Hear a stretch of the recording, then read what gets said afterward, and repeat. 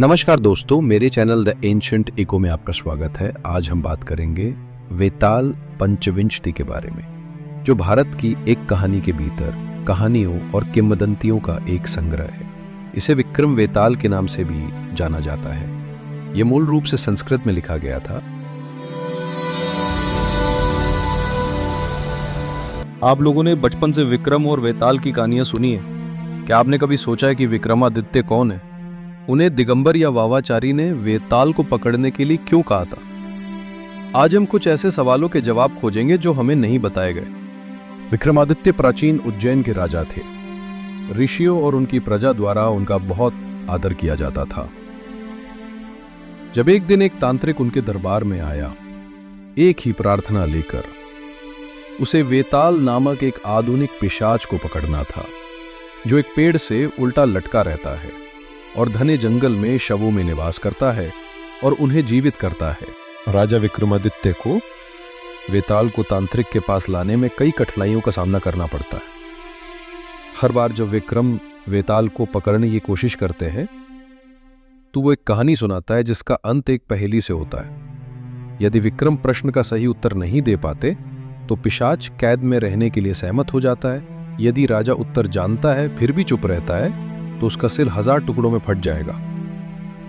और यदि राजा विक्रम प्रश्न का सही उत्तर देते हैं तो पिशाच भागकर अपने वृक्ष पर वापस लौट जाएगा।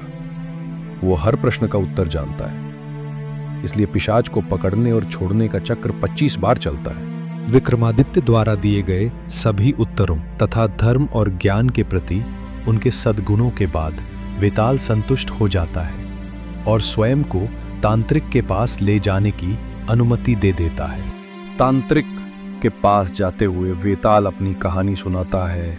उसके माता पिता का कोई पुत्र नहीं था और एक तांत्रिक ने उन्हें इस शर्त पर जुड़वां पुत्रों का आशीर्वाद दिया कि दोनों उसकी शिक्षा ग्रहण करें।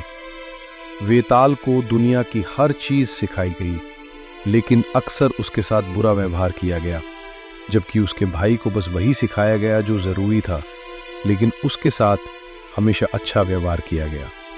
वेताल को पता चला कि तांत्रिक उसके भाई को उसके माता पिता के पास वापस भेजने की योजना बना रहा था, लेकिन उसकी बलि दी जाएगी क्योंकि वो एक सर्वज्ञ कुमार था और उसकी बलि देकर वो तांत्रिक अमर हो सकता था और अपनी तांत्रिक शक्तियों से दुनिया पर राज कर सकता था।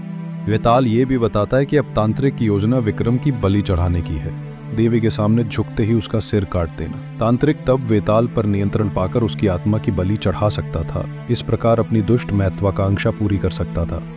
वेताल सुझाव देता है कि राजा तांत्रिक से पूछे कि उसे कैसे प्रणाम करना है और फिर उस क्षण का लाभ उठाकर जादूगर का सिर काट दे। विक्रमादित्य ठीक वैसा ही करता है जैसा वेताल ने कहा था और उसे इंद्र और काली का आशीर्वाद प्राप्त होता है। वेताल राजा को एक वरदान देता है जिस पर विक्रम प्रार्थना करता है कि तांत्रिक के हृदय और मन से सभी पाप दूर हो जाए और उसका जीवन एक अच्छे प्राणी के रूप में बहाल हो जाए और जरूरत पड़ने पर वेताल राजा की सहायता के लिए आए।